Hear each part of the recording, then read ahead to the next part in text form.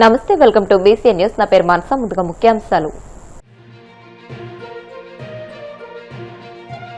Deputy speaker Karmuri Raghurama Krishnam Raju target గా రాజేష్ మహాసేన పోస్టులు, ఘాటుగా స్పందించిన RRR.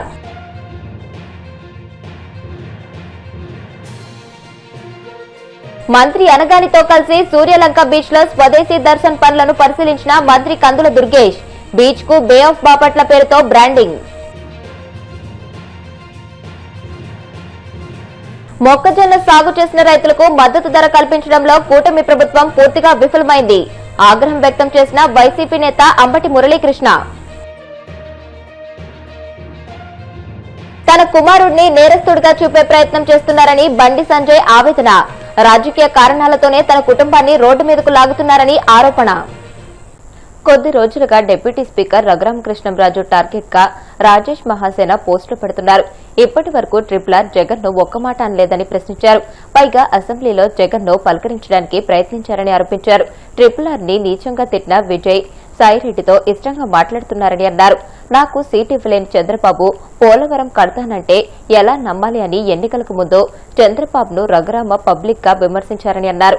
అలాగే భీమవరంలో ఒక డీఎస్పీ విషయంలో డిప్యూటీ సీఎం పవన్ కళ్యాణ్ నిర్ణయానికి వ్యతిరేకంగా పబ్లిక్ గా స్టేట్మెంట్ ఇచ్చారని అన్నారు. ఈ నేపథ్యంలో డిప్యూటీ స్పీకర్ రఘురామకృష్ణంరాజు మీడియాతో మాట్లాడుతూ రాజేష్ మహాసేనపై తన దైన శైలిలో విమర్శలు గుప్పించారు.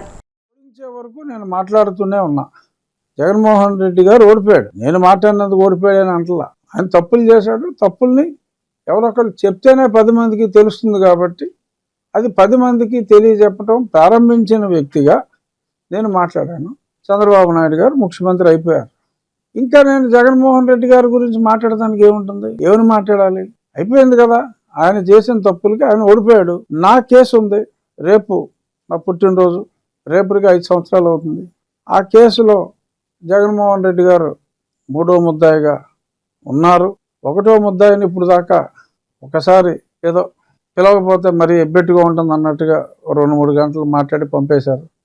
రాయలుగా వచ్చి రాయలుగా వెళ్ళిపోయాడు. తన అడగని నేను ఎన్నోసార్లు ప్రశ్నించా. మీ మీడియా ముందే ప్రశ్నించా, ఏం చేస్తున్నారని. నా కస్టోడియల్ టార్చర్ కేసుని నేను వదిలేలా. జగన్మోహన్ రెడ్డి, సునీల్ కుమార్ వీళ్ళు ఉన్నారు అందులో. అది నేను వదలకుండా పట్టు వదలని విక్రమార్కుల్లాగా అడుగుతూనే ఉన్నా. గతంలో తప్పు చేశాడు అని చెప్పి ఇప్పుడు నేను మాట్లాడటానికి అర్థం ఉండాలి కదా. రాజ్యాంగబద్ధ పదవిలో నన్ను చంద్రబాబు నాయుడు గారు ఉంచారు. ఆ గౌరవం నాకు ఇచ్చారు. నేను కోరుకునేది గౌరవం కాబట్టి రోగికి కావాల్సిందే డాక్టర్ ఇచ్చాడు. హ్యాపీగా ఉన్నాం. బట్ ఇక్కడ నేను ఒక స్థాయిని దాటి రాజకీయాలు మాట్లాడటానికి లేదు. నేను ఎప్పుడు మాట్లాడినా రాజ్యాంగం గురించి మాట్లాడుతున్నా, చట్టం గురించి మాట్లాడుతున్నా. రాజ్యాంగం గురించి మాట్లాడే బాధ్యత నాది. ఎందుకంటే రాజ్యాంగబద్ధ పదవిలో ఉన్న వైలేషన్ జరిగినప్పుడు మాట్లాడాలి. నాకు స్పీకరే బాసు, నాకు వేరే బాసులు ఉండరు ఈ పదవిలో ఉన్నంతకాలం. సో నేను ఉన్నప్పుడు ఒక ప్రిన్సిపాల్ ఆర్ ఒక క్లాస్ టీచరు విద్యార్థులందరినీ ఎలా సమానంగా చూడవలసిన బాధ్యత ఉందో నాకు జగన్మోహన్ రెడ్డి గారు కూడా ఒక ఎమ్మెల్యే. నేను అందరు ఎమ్మెల్యేలని గౌరవించినట్టు గౌరవించవలసిన బాధ్యత ఉంది. జగన్మోహన్ రెడ్డి గారిని ఎందుకు తిడతలేదు అని అంటే ఇప్పుడు తిట్టవలసిన అవసరం లేదు. జగన్మోహన్ రెడ్డి ప్రభుత్వంలో లేడు, తిట్టవలసిన అవసరం లేదు. ఇదే సినిమా కాదు కదా, ఊరికైనా మాట్లాడితే ఫ్లాష్ బ్యాక్కి వెళ్ళి చూపెడతానికి అవసరం లేదు. My goal is achieved. Next అసెంబ్లీలో జగన్ గారిని పలకరించడానికి RRR గారు ప్రయత్నించారు. ప్రయత్నించడం ఉంది అందరికీ తెలుసు కదా. ఓపెన్గా మొట్టమొదటిసారి శాసనసభలో కలుసుకున్నాం. నాకేమీ తెలియని వ్యక్తి కాదు జగన్మోహన్ రెడ్డి. బాగా పరిచయం ఉన్న వ్యక్తి. ఇప్పటి నుంచి కాదు, అప్పటికి 1 దశాబ్దంన్నరగా నాకు తెలిసిన వ్యక్తే. ఇద్దరు ఎమ్మెల్యేలు అయ్యాం. నేను మాజీ ఎంపీని, అతను మాజీ ముఖ్యమంత్రి. ఇద్దరు ఎమ్మెల్యేలు అయ్యాం. తోటి ఎమ్మెల్యేలను పలకరించుకోరా? మీడియా కూడా కూసింది కదా. జగన్మోహన్ రెడ్డిని పలకరించిన రఘురామకృష్ణరాజు పలకరించడానికి ప్రయత్నం చేయటం ఏంటి? మాట్లాడా. సభ అంతా చూస్తూ ఉండగానే మాట్లాడా. నెక్స్ట్ RRR గారిని నీచంగా తిట్టిన విజయసాయిరెడ్డి గారితో ఇష్టంగా మాట్లాడుతున్నారు. ఏముంది ఇందులో? కలిసినప్పుడు మాట్లాడుకుంటాం. ఎన్నోసార్లు చెప్పా. విజయసాయిరెడ్డి మాట్లాడింది ఆడెవడో కురసోడు ఉన్నాడు. అప్పుడు ఆడబెట్టింది నా బొడ్డు దాకా వస్తాడు నుంచుంటే ఆడ మాట్లాడించింది ఆడే పెట్టాడని చెప్పి కూడా చెప్పాను. నాకు తెలుసు జరిగింది ఏంటో, అతను నిమిత్త మాత్రుడని నాకు తెలుసు. ఎవడో మాట్లాడించాడు, ఎవడో రాశాడు, పెట్టాడు, అది నాకు తెలుసు. అలాగా గుర్తెట్టేసుకుని ఇంకా మనుషులు అన్నోళ్ళతోటి రిలేషన్ చంపేసుకుంటావా? సింపుల్ కామన్ సెన్స్ అమ్మా. నువ్వు నన్ను తిట్టావు ఇదివరకు, నేను నిన్ను చూసి మొహం పక్క తిప్పుకుని వెళ్ళిపోయాను అనుకో, నువ్వు కొంత ఫీల్ అవుతావు. బాగున్నావా అని ఇప్పుడు నీకన్నా నేను కొంచెం పెద్ద హోదాలో ఉండి బాగున్నావా అని చెప్పి నిన్ను పలకరించాను అనుకో, ఇంకా ఎక్కువ బాధపడతాను. బాపట్ల జిల్లా సూర్యలంక బీచ్ అభివృద్ది కోసం కేంద్ర ప్రభుత్వం 98 కోట్ల రూపాయలు విడుదల చేసిందని పర్యాటక శాఖ మంత్రి కందుల దుర్గేష్ తెలియజేశారు. పర్యాటకులు ఎక్కువ సమయం గడిపేలా ఏర్పాట్లు చేస్తున్నామని, దీనికోసం ప్రైవేట్ భాగస్వామ్యంతో హోటళ్లు, రెస్టారెంట్లు నిర్మిస్తున్నామని చెప్పారు. పర్యాటకం ద్వారా ప్రభుత్వానికి ఆదాయం వచ్చేలా ప్రణాళికలు రూపొందిస్తున్నామని అన్నారు. సూర్యలంక బీచ్ లో రెవెన్యూ మంత్రి అనగాని సత్యప్రసాద్ కలిసి స్వదేశీ దర్శన్ పనులను కందుల దుర్గేష్ పరిశీలించారు. అనంతరం సూర్యలంక బీచ్ కు బే ఆఫ్ బాపట్ల పేరుతో బ్రాండింగ్ ప్రారంభించారు. ఈ సందర్భంగా మంత్రులు మాట్లాడుతూ కూటమి ప్రభుత్వం అధికారంలోకి రాగానే పర్యాటక రంగానికి ప్రత్యేక పాలసీ తీసుకువచ్చామని, పారిశ్రామిక హోదా కల్పించామని అన్నారు. ఇప్పుడే నేను కలెక్టర్ గారిని అడిగాను, చాలా యాక్టివిటీస్ మనం టేకప్ చేస్తున్నాం కదండి. 974 కిలోమీటర్ల పొడవు ఉన్నటువంటి సముద్ర తీరం ఆంధ్రప్రదేశ్ లో, ఇక్కడ బాపట్ల జిల్లాలో లెంత్ ఎంత ఉందని అడిగితే వారు చెప్పారు ఒకే 1 కిలోమీటర్ ఉంది ఇక్కడ బాపట్లలో సముద్ర తీరం. సూర్యలంక, ముఖ్యంగా సూర్యలంక ప్రాంతంలో ఒకే 1 కిలోమీటర్ ఉంది ఇక్కడ. అయితే ఇవాళ మీరు చూస్తే ముఖ్యమంత్రి గారి యొక్క ఆలోచన ఆంధ్రప్రదేశ్ ని 2029 వచ్చే నాటికి ప్రపంచ పర్యాటక గమ్యస్థానంగా నిలబెట్టాలనేది వారు అకుంఠిత దీక్షతో చేస్తున్నటువంటి కార్యక్రమం. వారికి సహకారం ఇస్తున్నటువంటి ఉప ముఖ్యమంత్రి పవన్ కళ్యాణ్ గారు ఆ బాటలో మేమందరం కూడా నడుస్తా ఉన్నాం. అయితే మీకు ఇక్కడ ఈ ప్రత్యేకించి ఈ సూర్యలంక బీచ్ కి సంబంధించి ఒక మాట చెప్పాలి.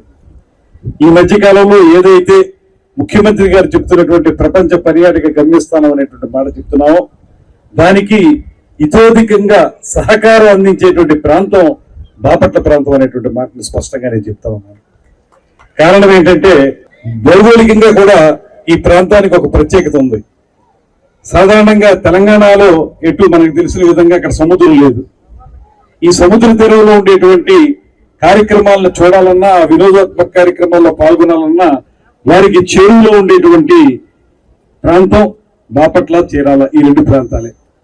ఇక ముందుకు వచ్చేటప్పటికి ఇతరత్ర విశాఖపట్నం కానీ, కాకినాడ కానీ అక్కడ కూడా అద్భుతమైనటువంటి ప్రకృతి సౌందర్యం ఉన్నప్పటికీ వారికి చెరువులో ఉండేవి ఈ ప్రాంతాలే కనుక ఇక్కడ ఫుట్ ఫాల్ కూడా ఎక్కువ ఉంటుంది. ఎప్పుడైనా మీరు గుర్తుపెట్టుకోండి, ఎక్కడైనా సరే మనకి టూరిజం డెవలప్ కావాలంటే పర్యాటకుల యొక్క సందడి బాగా ఉండాలి. అలా ఉంటేనే మనం టూరిజం డెవలప్ చేయగలుగుతాం. టూరిజం అనేది చాలా ఇంపార్టెంట్, కీలక పాత్ర పోషిస్తూ ఉంటుంది. చాలా దేశాలు కేవలం టూరిజం మీద వచ్చినటువంటి గ్రోత్ మీద డిపెండ్ అయి ఉంటుంది. గత పరిపాలకులు, ఎందుకంటే రాజకీయం ఎప్పటికప్పుడు మాట్లాడుకోవాలి, మనం మర్చిపోతూ ఉంటాం. ఎలా ఈ రాష్ట్రాన్ని ఎలా అయితే 30 సంవత్సరాలు వెనక్కి తీసుకెళ్లారో టూరిజం కూడా 30 సంవత్సరాలు వెనక్కి వెళ్ళిపోయింది. మన ముఖ్యమంత్రి గారు ఇప్పుడు అంటూ ఉంటారు, హెల్దీ వెల్దీ హ్యాపీ సిటిజన్ ఉండాలా, హెల్దీ వెల్దీ హ్యాపీ ఎన్వైరన్మెంట్ ఉండాలా, హెల్దీ వెల్దీ హ్యాపీ పరిస్థితులు మన రాష్ట్రంలో ఉండాలని చెప్తా ఉంటారు. దానికి నిదర్శనం 2024లో మనం వచ్చిన తర్వాతనే మొట్టమొదటి టూరిజం పరంగా మనం చేసిన కార్యక్రమం ఫ్లెమింగో ఫెస్టివల్. సూలూరుపేటలో ఏదైతే పులికాట్ లేక్ లో ఉందో అక్కడ అద్భుతంగా చేస్తారు. కానీ ప్రతి ఒక్క దగ్గర కూడా ఈ రాష్ట్రాన్ని అగ్రస్థానం తీసుకెళ్ళాలి. ఈరోజు మనం చూస్తాము సంక్షేమ అభివృద్ధి రెండు కళ్ళగా తీసుకెళ్తూ ఆర్థిక లోటున్నప్పటికీ కూడా ఇలాంటి అద్భుతమైనటువంటి పేద ప్రజల్లో తప్పకుండా ఒక ఉత్సాహాన్ని నింపాలి, ఆహ్లాదాన్ని నింపాలనే లక్ష్యంతో 100 కోట్ల రూపాయలతో ఈ రోజున సూర్యలంక బీచ్ అభివృద్ధి చేస్తా ఉన్నామంటే అది గౌరవ ముఖ్యమంత్రి గారు పవన్ కళ్యాణ్ యొక్క ఆలోచన, మోడీ గారికి ఆశీస్సులు. ఎందుకంటే కేంద్ర ప్రభుత్వం కూడా కీలకంగా ఆంధ్రప్రదేశ్ ప్రత్యేక శ్రద్ధ పెట్టి ఈ ప్రాంతాల్లో అభివృద్ధి కోసం చేస్తా ఉన్నారు. తప్పకుండా ఈ రాష్ట్రంలో టూరిజం అనే అగ్రస్థానం తీసుకొచ్చి రేపు ఎలాగైతే ఇప్పుడు మనకి ఆక్వా రంగం ద్వారా మనకి జీడిపి మెయిన్ గా వస్తా ఉందో రాష్ట్రంలో, టూరిజం ద్వారా కూడా తప్పకుండా రావాలి, అందరినీ ఆకర్షించుకోవాలి, ఒక మంచి వాతావరణం క్రియేట్ చేయాలి, ఇక్కడ టూరిస్ట్ లో పెంచుకోవాలి. అందరూ కూడా గోవా లాంటి ప్రాంతాలు కూడా మర్చిపోయి ఈ ప్రాంతానికి వచ్చే విధంగా క్రియేట్ చేయాలి లక్ష్యంతో కార్యాచరణ రూపకల్పన చేసుకుని మన టూరిజం మంత్రి గారు కలెక్టర్ గారిని గోవా పంపించి అక్కడ అన్ని కూడా అధ్యయనం చేసి ఇక్కడ తీసుకురావడానికి కావాల్సిన సౌకర్యాలన్నీ కల్పిస్తా ఉన్నాం. రాబోయే 3-4 నెలల్లో క్రమం వారీగా ఫేస్ వైజ్ గా తప్పకుండా ఓపెనింగ్ కూడా తప్పకుండా దుర్గేష్ గారు వచ్చి చేస్తారు. మంచి అడ్వెంచర్ టూరిజం మళ్ళా రీబర్త్ తీసుకున్నటువంటి జరిగింది. దానికి శ్రీకారం చుట్టడానికి మరియు ప్రతి ఒక్క లొకేషన్ ని ఒక బ్రాండ్ లాగా తీర్చిదిద్దాలని గౌరవ ముఖ్యమంత్రి వర్యులు చెప్తుండగా ఆయన స్ఫూర్తితో బాపట్ల జిల్లా టూరిజం ని బే ఆఫ్ బాపట్ల అని ఒక మంచి లోగో మరియు నినాదంతో మనం అందరూ ముందుకెళ్తే ఎంత బాగుంటుందని అందరూ కూడా సలహా ఇవ్వడంతో అది కూడా ఈరోజు ఆవిష్కారం చేయబోతున్నారు. అంటే ఎక్కడైనా మనం గోవాకి వెళ్తే లేదా అలాంటి మంచి ఫుకెట్ కైనా వెళ్తే లొకేషన్ కి అక్కడ అలాంటి టీ షర్ట్స్ బ్రాండ్స్ మీకు ఉంటాయి. మనకేమున్నాయి అని ఆలోచించినప్పుడు ఒక మంచి టాలెంటెడ్ బెంగళూరులో చాలా కంపెనీస్, ఒక జ్యువెలరీ కంపెనీ కావచ్చు, సెంట్స్ ఉండొచ్చు, ఇలాంటి పెద్ద పెద్ద ఇండస్ట్రీస్ కి బ్రాండింగ్ చేస్తుంటే వాళ్ళని ఎంగేజ్ చేసి మన డిస్ట్రిక్ట్ కూడా చేస్తా ఉన్నాం. మరియు మన విలువైన పంచాయత్ మరియు ప్రభుత్వ భూమిని కాపాడడానికి డెవలప్మెంట్ వర్క్ ని కూడా ఈరోజు శ్రీకారం చుట్టడానికి వచ్చినటువంటి మహనీయులకి ప్రత్యేకమైన స్వాగతం మరియు ధన్యవాదాలు తెలియజేసుకుంటూ ఎమ్మెల్యే ధూళిపాళ్ల నరేంద్ర మొక్కజొన్న రైతుల పాలిట దాలరి మాఫియా గ్యాంగ్ లీడర్ గా మారని వైసీపీ పొన్నూరు నియోజకవర్గ ఇన్ఛార్జ్ అంబటి మురళీకృష్ణ ధ్వజమెత్తారు. కేంద్రం ప్రకటించిన 2,400 రూపాయల మద్దతు ధర ఇవ్వకుండా తన సొంత డైరీ అవసరాల కోసం రైతుల నుంచి కేవలం 1,650 రూపాయలకే పంటను దోచుకుంటున్నారని మండిపడ్డారు. రైతుల పక్షాన నిలబడాల్సిన ఎమ్మెల్యే అధికారాన్ని అడ్డం పెట్టుకుని సామాన్య రైతుల గోదాముల తారాలు పగలగొట్టడం, వారిపై అక్రమ కేసులు పెట్టించడం దుర్మార్గమని విమర్శించారు. మొక్కజొన్న సాగు చేసిన రైతుకు మద్దతు ధర కల్పించడంలో కూటమి ప్రభుత్వం పూర్తిగా విఫలమైందని మండిపడ్డారు. గత నెల 25వ తారీఖున గుంటూరు కలెక్టరేట్ ముందున్నటువంటి ధర్నా చౌక్ వద్ద జిల్లా వైఎస్ఆర్ కాంగ్రెస్ పార్టీ ఆధ్వర్యంలో పొన్నూరు నియోజకవర్గ రైతులు ఉద్యమించి ఒక ధర్నా చేయడం జరిగింది. దీనికి ప్రధానమైన కారణం ఏంటయ్యా అంటే, రాష్ట్రంలోనే పొన్నూరు నియోజకవర్గంలో 40,000 ఎకరాల్లో మొక్కజొన్న పండిస్తూ ఉన్నారు. మొక్కజొన్న కేంద్ర మద్దతు ధర 2,400 రూపాయలు ప్రభుత్వం ప్రకటించింది. గతంలో కూడా జగన్మోహన్ రెడ్డి గారు రాజ్యం చేసే కాలంలో 2,400 4 సంవత్సరాల పాటు నిర్విఘ్నంగా కొన్న విషయం రైతులకు ప్రజానీకానికి తెలుసు. పొన్నూరు నియోజకవర్గంలో 40,000 ఎకరాల్లో ఈ సంవత్సరం 18 లక్షల క్వింటాళ్ల మొక్కజొన్న ఉత్పత్తి వచ్చింది. ఎందుకంటే పొన్నూరు సారవంతమైన పొలాలు, సన్న చిన్నకారు రైతులు కష్టపడి పనిచేస్తారు కనుక ఈల్డ్ బాగా వచ్చింది. వస్తే ప్రభుత్వం ఇప్పటి వరకు మద్దతు కేంద్రాలు తెలియకపోవడం వల్ల 1,400 లగాయతు 1,600 1,650 వరకు రేటుకి రైతులు అంటే అప్పులు భరించలేక కూలీలకి డబ్బు ఇవ్వలేక అమ్ముకుంటూ ఉన్నారు. ఈ క్రమంలోనే మద్దతు ధరకు కొనాలని నేను ఎలుగెత్తి చావడం, అదేవిధంగా చాటడం, అదేవిధంగా ధర్నా చేయడం జరిగింది. ఆ క్రమంలోనే స్థానిక శాసనసభ్యుడు ధూళిపాళ్ల నరేంద్ర తన స్వంతానికి లక్షలాది క్వింటాళ్లు 1,650 రూపాయలు కొంటూ ఉన్నాడని వారి మీద నేను చెప్పిన మాట వాస్తవం.